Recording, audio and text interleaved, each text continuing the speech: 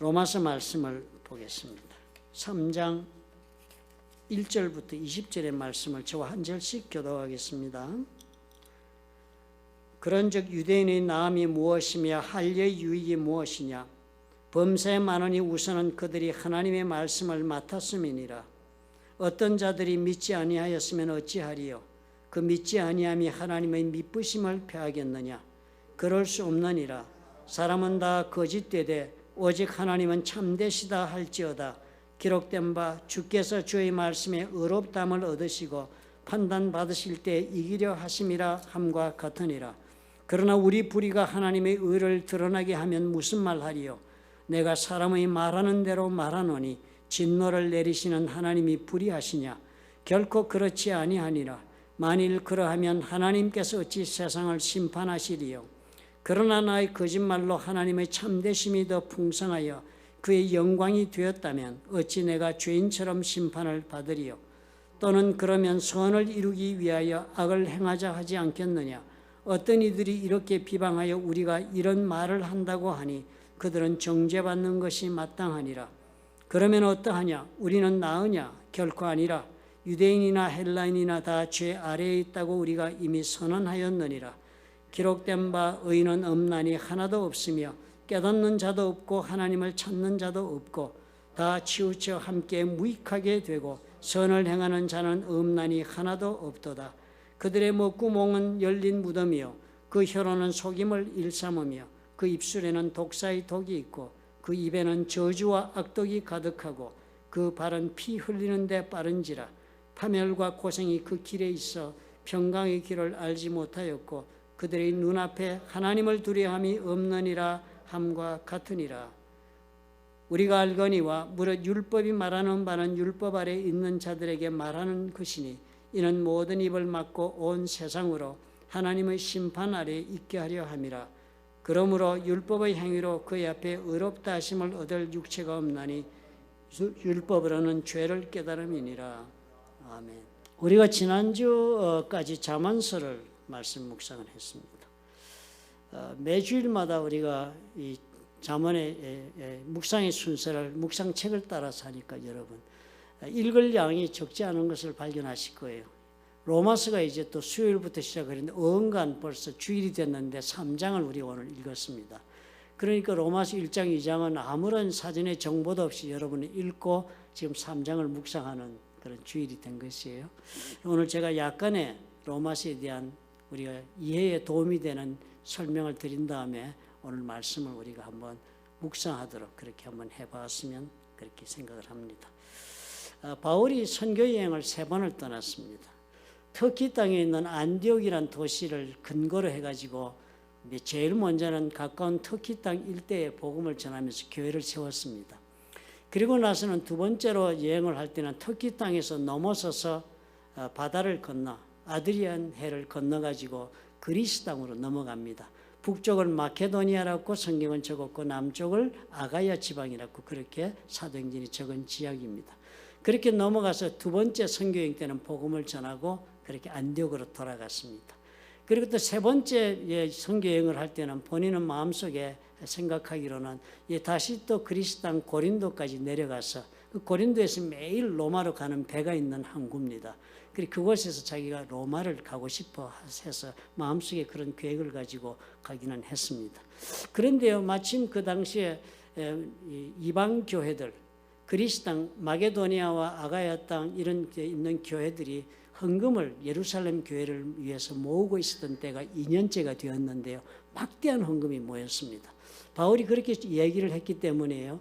우리가 영적으로는 예루살렘 교회 은혜를 입었으니까 우리가 물질적으로 우리가 그 예루살렘 교회를 도우는 것은 마땅하다는 것입니다. 바울의 머릿속에는 지금 우리가 그렇게 함으로 한쪽은 영적인 은혜를 주었으니 우리는 물질적인 은혜를 베풀어서 그렇게 함으로 우리 교회들이 하나가 될 수 있다는 그런 기대 속에 이방 교회들에게 예루살렘 교회가 기근과 가난 가운데 어려움을 당하고 있으니까 헌금을 모으자고 독려해가지고 사도행전에 보니까 그런 이야기 많이 나오지 않아요? 그래서 독려해가지고 헌금을 모았는데 상상외로 헌금이 많이 모여서 고린도에 와가지고 그 헌금을 가지고 자기가 직접 예루살렘으로 가지 않을 수가 없다 하는 그런 영적인 부담감을 느낍니다. 그래서 고린도에서 로마로 가는 것을 포기하고 다시 육로로 거쳐서 그래서 예루살렘까지 가서 헌금을 전하고 그리고 거기서 우리가 알다시피 그 영의 몸이 됩니다. 감옥에 갇히고 그래서 2년 만에 이제는 죄인의 몸으로 자기가 원하는 모습이 아니지만 그래도 원하였던 로마로 가게 됩니다. 그런 바울의 일생의 과정 중에서 세 번째 선교행을 갔을 때 그 끝부분이었습니다. 고린도 교회가 있는 고린도에 갔을 적에 약 3개월을 바울이 머물렀습니다. 그곳에서 본인이 얼마나 로마에 가고 싶었겠습니까? 그 가고 싶은 간절한 마음이 로마서 1장 여러분 읽어보니까 나와 있습니다. 내가 여러 번 가고 싶었다. 왜 내가 로마를 가고 싶은가 하면은 예수 그리스도께서 주신 사명이 있기 때문인데 땅 끝까지 복음을 전해야 한다는 그 말씀을 나는 참 내 생애 동안에 실천하고 싶은데 그래서 이방인들에게 하나님이 가지고 계신 계획을 전하는 일을 오늘까지 해왔는데 이제 그 땅끝인 서바나 스페인까지 내가 가서 복음을 전해야 되겠다. 주께서 원하시는 일이다. 그런데 가는 길에 가까운 로마에 들어가서 먼저 내가 하나님께 받은 은혜를 나누고 당신들의 도움으로 내가 서바나까지 스페인까지 가서 복음 전하고 싶다 하는 그 간절한 그런 마음을 구구절절히 적은 그 내용이 로마서 1장에 그렇게 기록되어 있지 않습니까? 그런 마음을 가지고 고린도에서 예루살렘으로 다시 돌아가게 되는데요. 그때마다 기도할 때마다 같은 믿음의 동력자라 자기도 성령의 정말 마음속에 성령께서 강권적으로 느끼게 하는 얽매임의 마음을 준 겁니다. 예루살렘에 가면은 심상치 않은 사건을 당할 것이라는 그런 예언의 말씀도 듣고 본인도 기도하니까 그 길이 평탄치 않을 것을 깨닫게 된 것입니다. 그러나 그럼에도 불구하고 교회가 하나 되고 주의 사역을 이루는 데 힘을 합쳐야 된다는 그 대전제 아래 본인의 꿈을 포기합니다. 그래서 고린도에서 다시 마음을 먹고 예루살렘으로 돌아가고 그리고 그 다음에는 예측할 수 없는 길을 자기가 걷게 된다는 것을 알면서도 고린도를 떠나 예루살렘에 로마를 가는 대신에 예루살렘 가기로 마음에 결심을 합니다. 그러니까 아마 그런 시점에서 바울이 로마서를 적은 것입니다. 로마에 있는 교회는 바울이 한 번도 가본 적이 없는 교회지요. 빌립보서나 데살로니가서나 모든 고린도전서나 이런 에베소서들의 서신서 바울이 적은 이 글들은 다 바울이 직접 세운 교회에 관한 이야기였습니다. 그리고 그 내용을 가만히 들어보면 예수를 믿고 신앙생활을 어떻게 해야 되는지, 교회 생활을 어떻게 해야 되는지, 교회 문제가 발생하는 것이 원인이 어디 있는지, 어떻게 그 교회 문제들을 다루는 이런 것들을 많이 그 서신서에 이야기를 했습니다. 자기가 직접 세운 교회고 그 교회 성도들의 내용도 알고 문제도 아니까요. 그런 로마 교회는 자기가 말로만 듣던 교회입니다. 그 내용을 어떻게 로마 교회 내용을 알았는지는 모르지만 바울이 알고 있는 것은 로마 교회 구성원들은 이방인들도 주를 이루고 있다. 그러나 그 가운데 많은 유대인들, 회심한 유대인들 가운데 예수 믿는 사람들도 성도가 되어서 교회를 이루고 있다 하는 것을 알고 로마서를 써서 보낸 것입니다. 그래서 로마서는 읽어보면요, 그 내용이 교회 문제에 대한 이야기를 한마디도 언급한 데가 없습니다. 로마서는 다 어떻게 해요? 우리가 예수 믿는다는 것이 무엇인지, 어떻게 하면 믿을 수가 있고 믿어서 어떤 결과가 생기는 것에 대한 하나님의 구원의 계획에 대한 이야기만 아주 신학적으로 논리적으로 구구절절하게 꼭 필요한 내용들을 적어서 로마 교회에 보냈습니다. 그래서 많은 사람들이 로마서를 보면서 신약의 보석이다, 가장 중요한 신학에서 내용을 담고 있는 책이다, 그렇게 이야기를 하는 책입니다. 실제로 많은 분들이 로마서를 통해서 많은 인생의 변화를 경험한 것을 우리가 역사적으로도 잘 압니다. 여러분이 잘 알고 있는 성 아우구스틴, 그 사람도 젊었을 때는 어머니 모니카가 그렇게 열심히 기도했지만 방탕한 길을 걸었죠. 그러나 나중에 그렇게 방탕한 길을 걸었지만 그 당시 유명한 암브로스라는 주교가 섬기고 있는 교회의 일원이 되었던 것으로 보여집니다. 그랬을 때 아마 그 성 아우구스틴이 그 말씀도 듣고 했지만 회심은 하기 전이었습니다. 어느 날 정원에 앉아서 하나님의 말씀을 묵상했는지 인생을 묵상했는지 묵상 가운데 있는데요. 갑자기 아이들의 노래소리가 들리는 거예요. Pick it up and read it. 들어서 읽어라. 책을 들어 읽으라는 그런 동요의 가사를 듣게 되고 그러면서 마음속에 불일 듯이 그런 뜨거운 마음이 일면서 성경에 한번 무엇이라고 적혔는지 내 이 인생의 고뇌에 대한 답을 혹시라도 성경에 있지 않을까라는 그런 기대하에 성경을 보아야겠다는 생각이 들어서 그날 성경을 짚고 열었습니다. 그래서 읽은 곳이 로마서였습니다. 로마서를 읽고 이 아우구스투스는 자신이 얼마나 죄된 인생을 오늘까지 살아왔는가를 깨닫고 회심하는 사건도 벌어졌습니다. 마틴 루터, 유명한 신학자 우리가 알고 있습니다. 종교개혁을 한 분이요. 그분은 젊어서부터 거룩함이 그 사람의 삶의 전부였습니다. 본인도 자신이 쓴 책에서 분명히 얘기를 했습니다. 만약에 정말 고행을 하고 거룩한 삶을 살아서 구원에 이르는 사람이 있다라고 말한다면 바로 내가 그 사람이라고 나는 말할 수 있다라고 자신 있게 자신의 경건한 삶에 대해 고백을 했던 사람입니다. 엄청난 노력을 하고 살았다는 그런 표현이겠지요. 그런 마틴 루터였습니다. 늘 본인은 괴로웠던 것이 뭐였냐면 죄에 대한 해답이 없다는 것입니다. 그리고 자기 속에는 어떻게든 이 끊임없이 일고 있는 죄에 대한 욕구를 자기가 어떻게든 처리할 수 없다는 절망감 속에 마틴 루터는 살았습니다. 그러니까 철저하게 하나님 앞에 노력했습니다. 거룩해지려고. 그래서 그 사람이 그 거룩한 노력 가운데서 온 인생을 목표를 삼고 걸어가고 있었습니다. 지금도 로마 외곽에 가면은 성 요한 기념교회라고 이름이 그런 걸 제가 기억합니다. 거기에 가면은 콘스탄틴, 로마의 콘스탄틴 황제의 어머니인 헬레나였습니까? 그분이 그 어머니가 예수께서 빌라도 법정에서 서서 채찍에 맞고 그리고 심판을 받은 그 징계가 있지 않습니까? 그 징계를 떼어다가 갖다 놓은 데가 있습니다. 거기가 성지 순례지가 돼가지고요. 그 당시에 그 마틴 루터가 살았을 때 많은 사람들이 그곳을 찾아와서는 무릎으로 그 계단을 기어 올라가면서 참여의 기도를 드리고 구원을 그렇게 얻고자 노력하는 그런 순례지가 있었습니다. 마틴 루터가 그 계단을 무릎으로 꿇으면 대리석 계단을 무릎으로 꿇고 기어 올라가니까 얼마나 아팠겠습니까? 뭐 계단 숫자는 많지 않더라고요. 그러나 그걸 기어 올라가면서 마틴 루터가 깨달은 거예요. 이것으로 절대 구원이 오는 것은 아니다.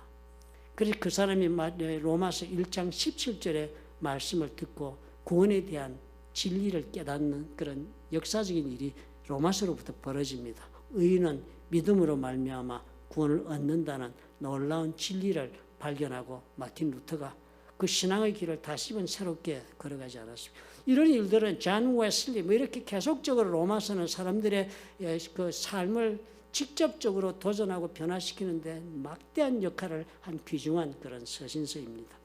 그러나 우리가 오늘 이 로마서를 보는 데는요.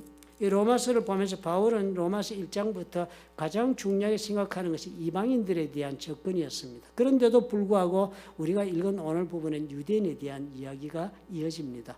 그 이유는 첫 번째가 바울은 1장에서 모든 하나님을 알지 못하는 사람들에게 하나님을 모른다고 해서 죄가 없다고 말하지 못한다는 논리를 전개합니다. 하나님을 모른다고 해서 하나님의 진노하심으로부터 피할 수 있다고 생각하지 말라. 라고 이방인들에게 그 말씀을 전한 다음에 또 유대인들에게 얘기하기를 유대인들이라고 해서 너희들이 특별히 이방인들보다 다른 어떤 선민이라고 해서 그 구원의 길에 더 쉬운 길이 있거나 또 보장된 약속이 있다고 생각하지 마라 하는 이야기를 했습니다. 유대인이 뭐가 다른 게 있겠느냐? 너희들이 아무리 유대인이 하나님 앞으로 택함을 받고 율법을 받았으며 할 일을 행하는 그런 특별한 사람들이라고 그렇게 말을 하지만 그것이 구원을 보장하는 것이 아니다. 표면적 유대인은 무슨 그게 유대인이라고 할 수 있는 의미가 있겠느냐. 이면적 속으로 정말 유대인이 되어야 한다. 그런 이야기가 2장에서 있었습니다. 그러니까 오늘 3장을 우리가 읽으니까요. 그런 유대인이 오늘 이 바울이 얘기하는데요. 죄 이야기를 하고 있습니다. 죄에 대한 이야기요. 사실 이 죄라고 이렇게 말을 시작하는 것은 참 우리가 대화를 할 때요. 이렇게 시작할 수는 없습니다. 누구든지 간에 우리가 만나는 분들에게 죄에 대해서 얘기를 시작한다면 한 사람도 편안해하지 않을 것입니다. 저는 우리 와이프가 저에게요. 아무리 어쩌고 저쩌고 내가 목사라도요. 내 죄에 관해서 와이프가 얘기하면 화가 납니다. 듣고 싶지 않습니다. 죄라는 것을 내가 인정하고 받아들이니까 많은 내 내적 갈등의 과정을 겪은 다음에 듣게 됩니다. 그래서 제가 우리 와이프 부탁합니다. 나하고 평화롭게 살고 싶으면 죄 얘기하지 말라고. 목사인데도 그렇게 얘기합니다. 듣기 싫으니까요. 듣고서 감당할 수가 없으니까요. 솔직하게. 확실한 사실이라도 받아들이기 어렵다는 것입니다. 로마서 3장에서 바울이 지금 우리가 읽어보니까 정난하게에 대해서 죄를 지적하고 있지 않습니까? 얼마나 어떤 정도의 죄를 우리가 짓는데 알고 있지 못하다는 그런 이야기를 지금 막 전개하는 것입니다. 왜 바울이 이런 도전을 하면 이런 이야기를 하겠습니까? 모든 사람이 듣고 싶어 하지 않는 이야기인데 왜 굳이 해서 자기만한 마음에 어쩌면 거리를 두고 멀리 도망갈지도 모르는 사람들을 향해서 죄 얘기를 하겠습니까? 누구든지 간에 하나님의 은혜를 입고 구원받기 위해서는 자신의 죄에 대한 깨달음이 먼저 선행되어야 하기 때문인 것입니다. 자신의 존재에 대해 절망할 줄 아는 사람만이 하나님의 은혜를 입을 수가 있기 때문입니다. 나는 정말 인간적인 노력이나 내 자질이나 나의 능력이나 내가 가지고 있는 것으로서는 어떤 내가 원하는 그런 놀라운 은혜의 삶을 살아낼 수는 없는 존재라는 자기 자신의 그 죄된 본성에 대한 절망이 있어야만 그 사람이 하나님을 그리고 구세주를 필요로 하는 사람이 될 수 있기 때문에 바울이 이 이야기를 하는 것입니다. 그래서 로마서 오늘 우리가 읽은 이 3장 20절까지 이 말씀은 가만히 보면요, 대단히 인기가 없는 그런 메시지를 이야기하고 있습니다. 존 파이퍼, 많은 영성인 책을 쓴 분인데요, 그분이 그렇게 말씀을 했어요. 로마서 이 부분을 읽고는요, 죄에 대한 메시지는 결코 인기가 있는 메시지가 아니다. 그분이 그렇게 적었습니다. 그렇게 인기가 없는 것이 이해가 된다. 죄에 대한 메시지는 마치도 의사가 환자에게, 우리가 의사에 같이 진찰을 하더니요, 당신 속에 지금 종양이 있는데 종양이 악성 종양이다 라고 이렇게 진단을 듣는 것보다도 더 이 죄에 대한 이야기는 인기가 없는 메시지라 그렇게 존 파이퍼가 책에서 적었습니다. 대단히 놀라운 얘기잖아요. 사람들은요, 암에 걸려 죽는다는 얘기가 차라리 죄에 대한 얘기를 듣는 것보다도 더 낫다고 생각을 하는 것입니다. 그렇지만 얘기를 합니다. 이 죄에 대한 이야기는 그럼에도 불구하고 희망적인 이야기이다. 희망적인 메시지다. 당신이 지금 악성 종양으로 암에 걸려서 죽을지도 모른다고 얘기하는 것보다도 어떤 면에서는 훨씬 더 희망이 있는 이야기다. 왜냐하면 악성 종양 암에 걸리면 의사가 치료할 수 없을지도 모르는 절망의 상태에 빠지지만 이 죄로 인하여 하나님의 진노의 자녀가 되어서 이제는 이 죄로 인해 너는 망한다는 이 진단은 해결의 길이 있는, 치유의 길이 있는 그런 진단이기 때문에 희망이 있다. 그래서 이 로마서가 바로 그것을 가르쳐주는 책이다. 그리스도인이 된다는 것이 무엇인지, 성경이 무엇을 말하고 있는지는 전부 다 바로 이 죄로 죽을 수밖에 없는 사람이 어떻게 하면 살 수 있는가를 이야기하는 책이다라고 그렇게 설명을 하는 것입니다. 그래서 사실 우리가 이것을 생각하고 있어요. 마음속에 로마서를 읽어나가야 하는 것입니다. 그렇게 해서 읽지 않으면 어떻게 해요? 우리는 늘 들은 얘기, 늘 죄죄한다는 그런 선입견 속에서 참으로 깊은 묵상 가운데 이 로마서가 줄 수 있는 은혜를 우리가 놓치고 마는 경우가 생깁니다. 그런 마음 가지고 오늘 읽은 말씀을 한번 우리 다시 보십시다. 묵상책에 보니까 3문단으로 나눴네요. 아주 묵상책이 너무 잘 적혀 있으니까요. 첫째가 로마서 3장 1절부터 8절의 문단은 그 내용은 한마디로 가만히 보면은 바울이 근본적으로 하나님의 성품이 어떤가를 확인하고 있는 이야기를 하고 있습니다. 하나님은 신실하시고 어려우신 분인데 그것이 한 번도 변하지 않는다는 거예요. 하나님이 우리를 향하신 그 태도는 신실하시고 의로우신 그 태도는 조금 더 우리의 입장에 따라서 변개하시는 분이 아니라는 거예요. 우리는 어떤 입장과 어떤 환경에서 어떤 인생을 살아도 하나님이 우리를 향한 그 신실하심이 절대로 변하지 않는 그런 하나님이시다라고 이야기를 하고 있습니다. 유대인들이 그 이야기를 합니다. 유대인들은 그런 선민의식에 살지 않았습니까? 그렇죠? 우리는 남들과는 다르다. 우리는 하나님을 아는 사람들이다라는 그런 자부심을 가지고 살았습니다. 여러 가지 설명 할 것도 없이 그것이 바로 오늘 우리 그리스도인들의 모습과 너무 동일하지 않습니까? 저와 여러분 우리 그리스도인이 되고 나서 마음속에 스스로 가지고 있는 우리가 내 자신을 보는 판단이 뭐예요? 나는 예수를 믿는 사람이다. 나는 하나님을 알고 있다라고 우리는 자부하고 살고 있습니다. 많은 그리스도인들은요. 우리는 그래서 하나님의 말씀대로 내가 사는 일이 한두 가지라도 내가 하는 것이 있으면 대단한 자부심을 느낍니다. 예수 믿고 나서 말씀대로 안 살아보고 싶은 사람이 누가 있습니까? 예수 믿으면 다 말씀대로 살고 싶어 합니다. 그런데요, 말씀대로 살고 싶다고 말씀대로 사라지지 않는다는 것을 인식하지 않은 채로 삽니다. 매일매일의 생활에서 말씀대로 살지 않는 것은 수두룩한데 어쩌다가 말씀대로 한 가지 지킨 것 때문에 어떻게 본인은 대단한 어려움에 사로잡힙니다. 그렇죠? 솔직히 우리가 돌아보십시다. 주일날 한번 어떤 일이 있어도 주일 성수에서 교회에 나왔다 그러면 그 자신의 그 선택에 관해서 얼마나 자부심을 가집니까? 사람이란 유대인들과 동일하게 그리스도인들이라 하는 우리까지도 우리는요, 하나님 앞에서 무엇 하나라도 제대로 지킨 것이 있으면 자기 의에 빠지고 그것 때문에 내가 해냈다는 생각에 사로잡힙니다. 그래서 하나님이 어떻게 생각합니까? 나는 그럴듯한 사람인 거야. 나는 그럴듯한 그리스도인이야. 그렇게 스스로가 자신을 점수 매기고 판단하고 평가하고 그 생각 속에 사로잡혀서 신앙의 길을 갑니다. 그러니까요, 나는 그럴듯한 사람인데 매 주일날 설교도 하고 말씀을 연구해가지고 전하고 그렇게 하는 그럴듯한 일을 내가 하고 있는데 와이프가 나한테 죄 얘기를 해요? 이제나 먼저 돌봐라. 그런 이야기로 나는 반응합니다. 내 마음속에서. 그렇죠? 저만 그렇겠습니까? 그리스도인이 다 그런 희한한 유대인들의 그런 스스로 자기에 빠지는 잘못에 우리도 동일하게 빠지는 것입니다. 바울이 지금 유대인들의 그 이야기를 하고 있는 것은 바로 우리에게도 동일한 이야기를 하고 있는 것입니다. 그러면서 로마서 3장 1절에 유대인들에게 그렇게 이야기하지 않았어요?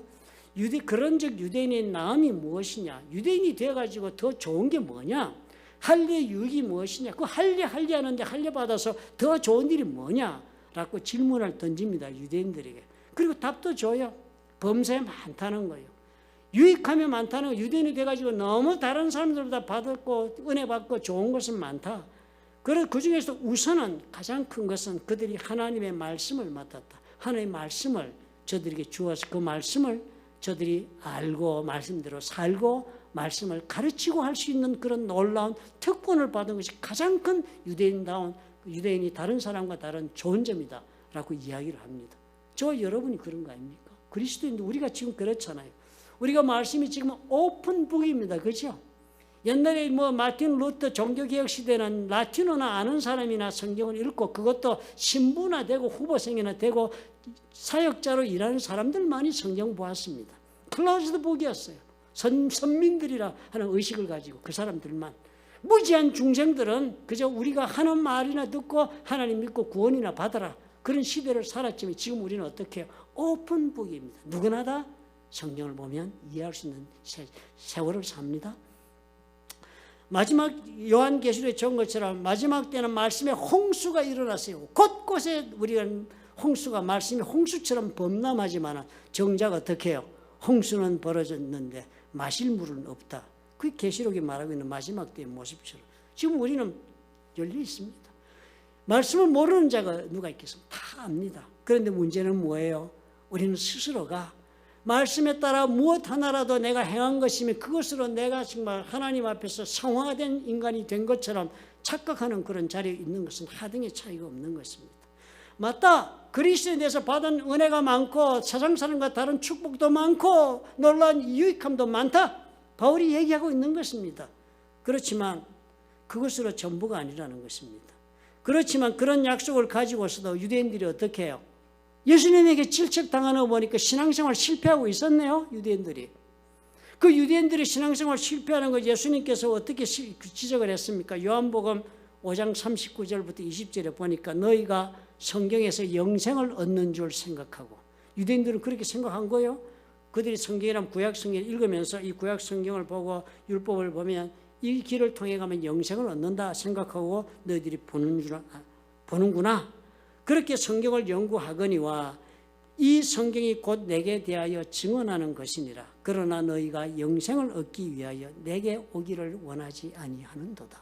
예수님이 이렇게 유대인을 영적 진단을 내렸습니다. 이 사람들은 영생을 얻으려고 구약을 막 연구하는 사람들인데 사실 그 구약이 바로 예수인 나를 가리키고 있는 말씀인데 너희들은 정작 영생을 얻고자 그렇게 애쓰면서 영생이 되는 나를 너희들은 받아들이지 않는구나 라고 이야기한 것입니다.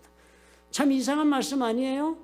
예수님이 그 말씀하는 겁니다. 우리가 손가락으로 달을 가리킨 아이 보고 달 보라고 손가락 가리킨 아이가 달은 보지 않고 내 손가락을 보듯이 성경만 들여다보고 열심히 성경 연구는 하지만 막상 그 성경 말씀을 통해서 예수님을 만나고 영생을 얻는 그런 자리로 오지를 못하고 있다.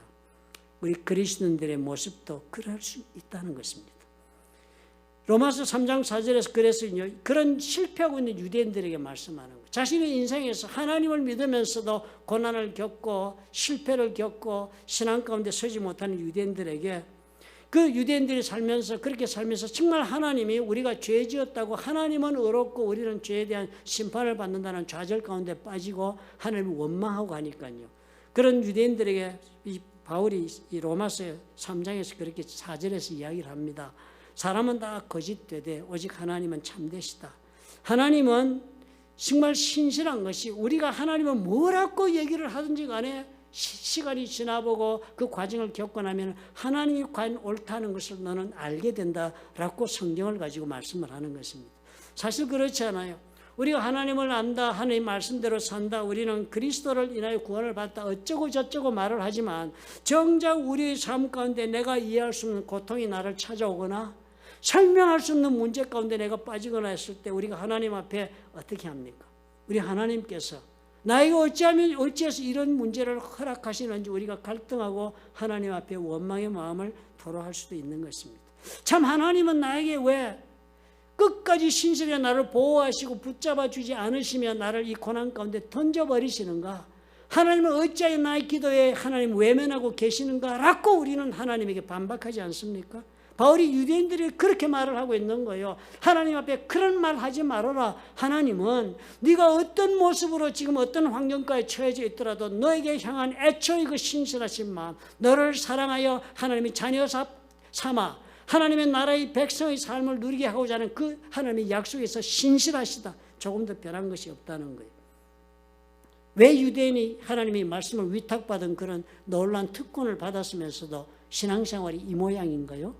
왜 우리가 그리스도를 통해 구원을 받았고 성경이 열려져 있는 책인데도 불구하고 누구나 다 이 진리를 알 수 있는 시대를 사는데도 왜 우리는 신앙생활하면서 하나님 앞에서 성화된 자의 길을 걸어가지 못하지요? 거룩하게 변화되는 그 과정을 우리는 다 중단한 채로도 멋진 그리스도인이라고 스스로 착각하고 살면서도 하등의 갈등이 없습니까? 똑같은 질문인 것입니다. 바울이 3장 9절부터 20절에 그 말씀하는 거예요. 모두가 다 죄 아래에 있다는 것을 모르기 때문에 그렇다.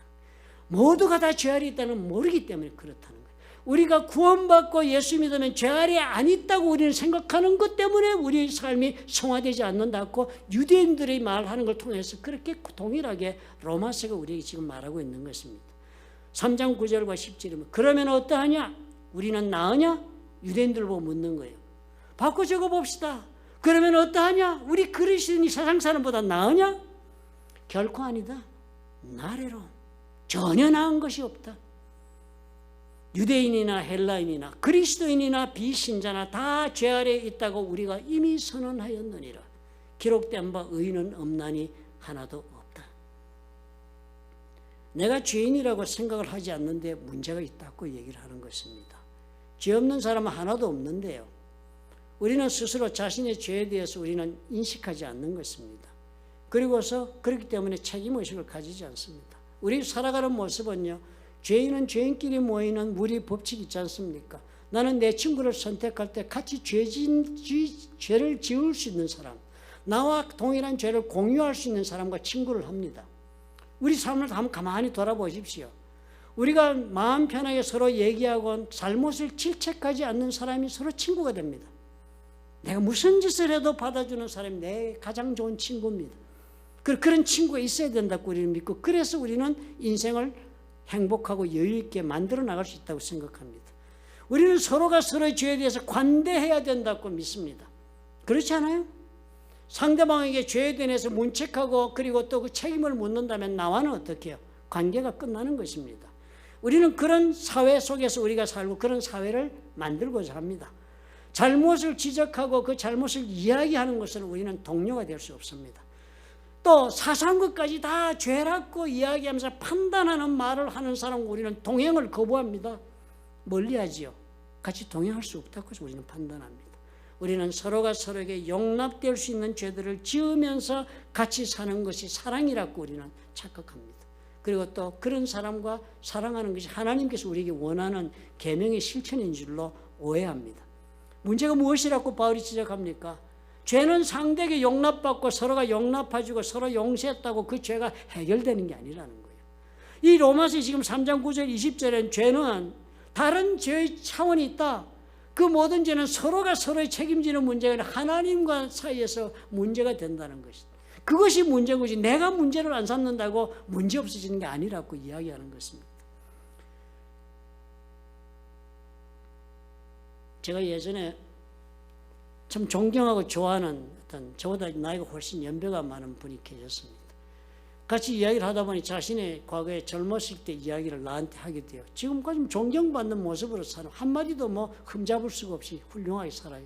그런 분인데 자기 젊었을 때 미국에 출장 와가지고 재미있게 지낸 그런 여자 이야기 이런 것을 한두 마디 해줬습니다. 근데 그것은 무슨 방탕하게 죄짐에 돌아다니며 지은 죄가 아니고 사연이 있는 그런 사건. 그러나 분명하게 그것은 성경에 볼 때는 엄청난 죄에 해당하는 이야기를 저기 했습니다. 제가 목사라서 아마 그 얘기를 자기가 마음 놓고 지내다 보니까 하게 됐는지 모르겠습니다만 다 이야기를 한 다음에 갑자기 이분이 나를 물끄러미 바라보더니 그렇게 이야기를 하는 거예요. 박 목사, 내가 그렇다고 해서 아주 나쁜 놈이라고 생각하지 마라. 이렇게 이야기를 하는 거예요. 그분의 말씀을 들으면서 내가 웃었습니다. 나쁜 사람으로 생각하다니요. 나는 그렇게 이야기를 했습니다만 사실 우리는 다 그런 마음들을 가지고 있는 것입니다. 그렇죠? 내가 지은 죄는 얼마든지 용납받는 그런 죄라고 우리는 생각을 합니다. 그런데 한 가지 남는 것이 무엇이라고 바울이 얘기합니까? 아무리 서로가 용납받더라도 하나님 앞에서 You are accountable to God. 하나님 앞에 책임져야 하는 문제가 된다는 것이다. 그렇기 때문에 이 이야기를 바울이 우리한테 하지 않을 수가 없는, 이것을 알지 못하면 하나님과의 관계를 원할 필요가 없기 때문입니다. 예수를 믿어 구원받았다는 말씀이 전혀 그 사람의 마음을 관통하지 못하고 있어서 안타까울 때가 얼마나 많았습니까? 죄에 대한 이야기를 할 수가 없으니까요. 죄를 믿지를 않으니까요. 죄가 있다고 동의하지 않으니까 예수 이야기를 100만 년이 해도 그 사람은 가까이 오지 않는 것입니다. 마음을 열지 않습니다. 그래서 바울이 죄의 목록을 적었습니다. 이런 죄들을 한번 생각해 보라고 유대인들에게 질문합니다. 첫 번째가요, 성품에서 죄가 시작된다는 성품이 문제다. 그것이 바로 3장 10절과 12절에 성품의 모양을 이렇게 적었습니다. 의인이 없다. 하나도 없는 그 성품이, 의인이 전부 불의한 성품을 가졌다. 두 번째가 깨닫는 것도 없다. 내가 정말 불의하다는 것을 깨닫지 않는다는 거예요. 그 세 번째는 어떻게 해요? 하나님을 그래서 찾지도 않는 그런 성품을 가지고 살아요. 그러니까 이런 사람들은요, 전혀 하나님 앞에서 자신의 죄에 대해서 인식하지 않고 그 죄가 있기 때문에 어떻게 해결해야 될까를 생각하지 않는 그런 성품을 지니고 사는 사람들입니다. 인격적 문제가 바로 불의한 인격을 가지고 있다는데 그 원인이 있다고 지적합니다. 그것이 딴 것이 아니라는 거예요. 스스로가 의롭다, 내가 정말 의인이라고 생각하는 그 착각이 그 사람의 기본을 이루고 있는 것입니다. 우리가 다 그런 잘못을 저지르잖아요.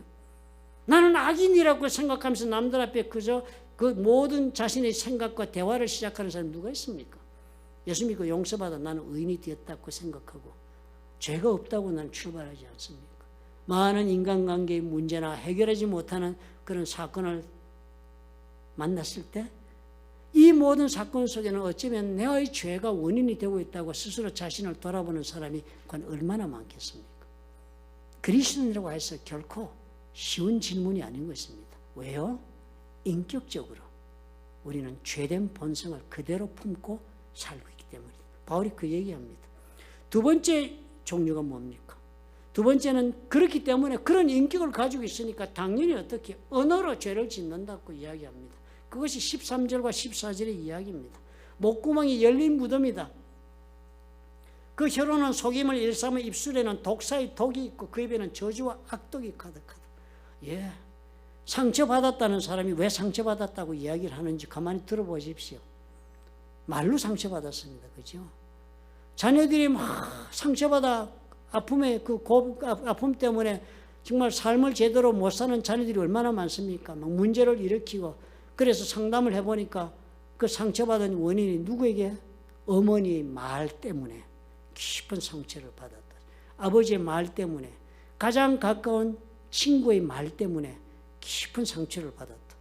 우리의 이 입술이라는 것, 우리의 말이라는 것이 제대로 된 언어를 사용할 수 있는 사람이 없다는 것입니다.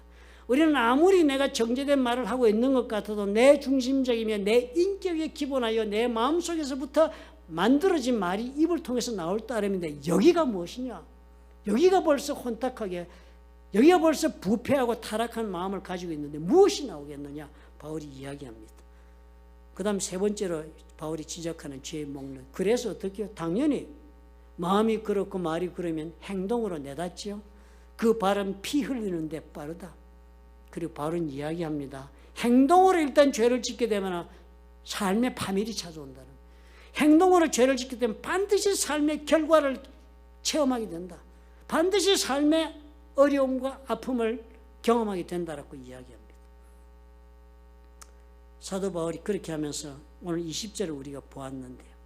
20절 보니까 이 모든 것을 다 사람들이 부인하고 싶다 할지라도 율법을 정말 진심으로 하나님 주신 말씀을 알고 들여다본다면 정말 하나님이 주신 말씀이라고 성경 말씀을 생각하고 읽고 깊이 묵상을 해볼 줄 아는 사람이라면 그것이 우리로 하여금 이 죄를 깨닫게 도와줄 것이다 라고 이야기하는 것이 20절 이야기입니다. 어떤 선교사가 선교지에 가서 사진기를 가지고 사진도 찍어주고 이러니까 사람들이 아주 좋아했는데요.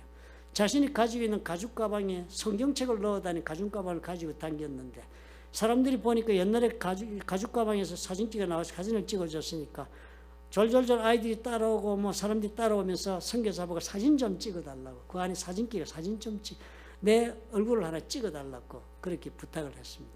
그리고 선교사가 가죽 가방을 탁 열어서 성경책을 꺼낸 것입니다. 그리고서 로마서 3장을 펴서 읽어줬습니다. 그리고 다 읽어준 다음에 선교사가 답을 했습니다. 이것이 당신 영혼의 사진이야 라고 이야기를 했다고 합니다. 사실상 우리가 우리 영혼의 상태를 볼 수 있는 그 거울이 어디에 있겠습니까? 우리의 마음에 그런 겸허함이 있어야 되는 것입니다. 내가 그럴듯한 사람이고 내가 배운 것이 있고 살아온 인생이 있고 그리고 오늘까지 지켜온 삶이 있다고 자부하지 말아야 합니다. 우리 하나님 우리를 볼 때 우리는 하나님과 떨어져 살면서 얼마나 우리는 무지해졌으며 얼마나 우리의 본성은 우리의 말로나 우리의 감정으로 이해하고 설명할 수 없는 부패한 상태로 우리가 지금 나락에 떨어져 있었어. 우리가 오직 하는 것이라고는 죄 짓는 일밖에는 하는 것이 없다는 것을 우리가 어디에서 발견하겠느냐? 바울이 지금 우리 모두를 그렇게 부르면서 말하고 있는 구절이 오늘 읽은 말씀입니다. 이것을 알고 우리가 우리 자신에 대하여서 깊이 좌절할 수 있어야 됩니다. 나는 결코 그럴듯한 사람이 아니라고 절감해야 합니다. 나는 결코 무엇을 하나 제대로 이룰 수 있는 사람이 된다라고 스스로 자만하지 말아야 합니다. 아무것도 참으로 나를 도와주지 않으면 나는 일을 어떠한 것도 제대로 감당할 수도 없는 그런 존재라는 것을 인정하고 동의하였을 때만이 우리 주 예수 그리스도가 나의 구주로 그리고 나의 주로 내 앞에 서 있도록 내가 용납하는 사람으로 변화할 수 있는 것입니다. 예수 믿기 쉽지 않습니다. 그러나 한 가지만 하면 됩니다. 내가 정말 이 죄 가운데서는 내 힘으로 벗어날 수 없다는 것만 깨달으면 예수는 자동적으로 하나님 은혜 가운데 믿게 됩니다. 오늘 말씀 우리 묵상하시면서 복음 전할 때 깊이 활용하시기 바랍니다. 기도하겠습니다. 좋으신 아버지 하나님 감사합니다. 주님 도와주시옵소서. 우리는 참으로 주님 아버지 앞에 용서받았다 하지만 오늘도 성화의 길을 걷지 못하고 중단하고 있을 때가 얼마나 많습니까? 제법 우리는 영적인 여행을 왔다고 우리는 생각합니다. 그러나 가만히 이 말씀을 통해 보니까 여전히 나는 앞으로 걸어갈 길이 멀고도 먼 여행길에 서 있는 자임을 발견하고 주님 앞에 도움을 구하지 않을 수 없는 아버지의 존재인 것을 깨닫습니다. 아버지여 우리 모두에게 자비를 베푸소서. 성령의 기름 부으심으로 충만하게 하셔서 주의 뜻을 향하여 오늘도 나를 부인하며 주님께서 부탁하신 십자가를 지고 걸어갈 수 있도록 하나님 역사해 주시옵소서. 예수님 이름으로 감사하고 기도합나이다. 아멘.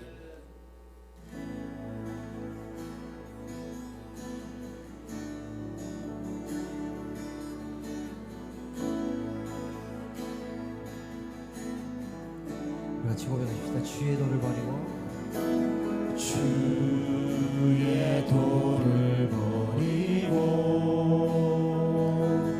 헛된 꿈을 쫓던 우리는 거짓과 교만한 마음을 용서하여 주소서.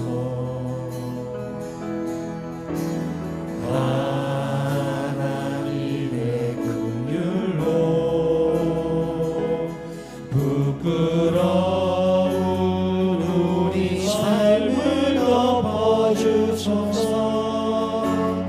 우리의 소망, 우리의 구원, 주께 간구합니다.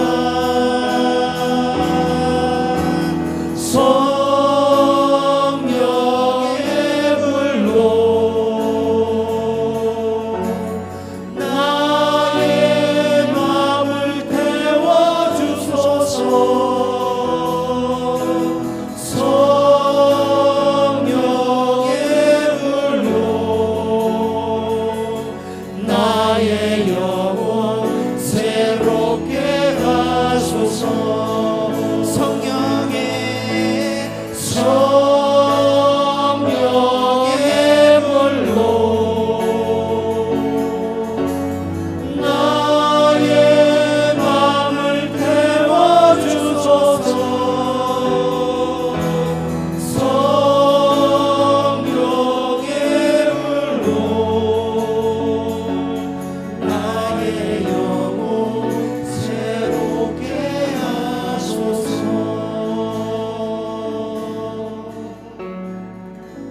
사랑과 자비와 긍휼의 하나님 아버지, 우리가 아직 죄인 되었을 적에 예수 그리스도를 십자가에 못 박으심으로 우리를 향하신 하나님의 사랑을 확증하시고 증거로 보여주신 우리의 좋으신 아버지, 참으로 우리는 아버지를 알고 예수 그리스도의 은혜를 입어 구원의 반열에 서서 천국 백성의 삶을 살기를 간절히 원합니다. 그러나 그럼에도 불구하고 우리는 육체를 입은 자라 아직도 육체의 소욕에 사로잡히며 욕정에 사로잡혀 아버지 앞에 주님의 참으로 죄 가운데 허우적거릴 때가 얼마나 많습니까? 주여 불쌍히 여겨 주옵소서. 우리의 힘으로도 못하고 우리의 능으로도 못하는 것을 성령의 기로운 부심으로 주님 우리에게 함께 하시며 인도해 주셔서 아버지께서 원하시는 자리까지 우리가 나아가 참으로 하나님이 계획하신 우리의 삶을 다 살아내는 아버지의 영혼들이 될 수 있도록 축복해 주옵소서. 오늘 이 믿음을 가슴에 품고 일어서는 하나님의 사랑하는 자녀들과 그들의 생업과 가정 위에 보혈로 값지고 세우신 플러튼 좋은 교회와 파송하신 선교사들 위에 우리 주 예수 그리스도의 무한하신 은혜와 아버지 하나님의 극진하신 사랑과 보혜사 성령님의 교통하심이 지금부터 영원토록 함께 하실지어다. 아멘.